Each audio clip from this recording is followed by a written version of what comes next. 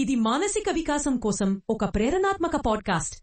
ఇప్పుడు అఖండ జ్యోతి రచనను వినండి. మన మనసున్నట్లే మన ప్రపంచం ఉంటుంది. శరీరంపై మనసు యొక్క క్రియ, శరీరం యొక్క ప్రతిక్రియ మనసు మీద నిరంతరం జరుగుతూనే ఉంటుంది. మీ మనసు లాగనే మీ శరీరంలో ఏదైనా బాధ ఉంటే మనసు నిరుత్సాహంగానో, అస్వస్థతోనూ, బాధతోనూ ఉంటుంది. ప్రపంచ క్రియాకలాపాల నిర్మాణం మనసు ద్వారానే జరిగిందని ఉపనిషత్తులలో చెప్పబడినది. మన భావాలు, ఇచ్ఛలు, కోరికలు మరియు కల్పనలనుసరించే మన శరీరం మరియు అందులోని ప్రతి అంగము యొక్క నిర్మాణము జరుగుతుంది. మనిషి యొక్క తల్లిదండ్రులు, పరిస్థితులు, జన్మస్థలం, వయస్సు, ఆరోగ్యం, వేరువేరు రకాలైన శరీరాలు పొందడం స్వయంగా మన వ్యక్తిగత మానసిక సంస్కారాల మీద ఆధారపడి ఉన్నది.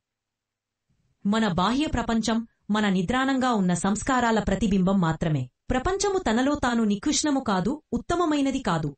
సూక్ష్మ దృష్టితో అవలోకన చేసినప్పుడు మనకు తెలిసేదేమంటే, మన అంతరంగంలో ఉన్న ఆకృతి మాదిరిగానే ప్రపంచం బయట ఉంటుంది. మన అంతఃకరణ స్వరూపం ఎలా ఉందో మన ప్రపంచం అలాగే ఉంది.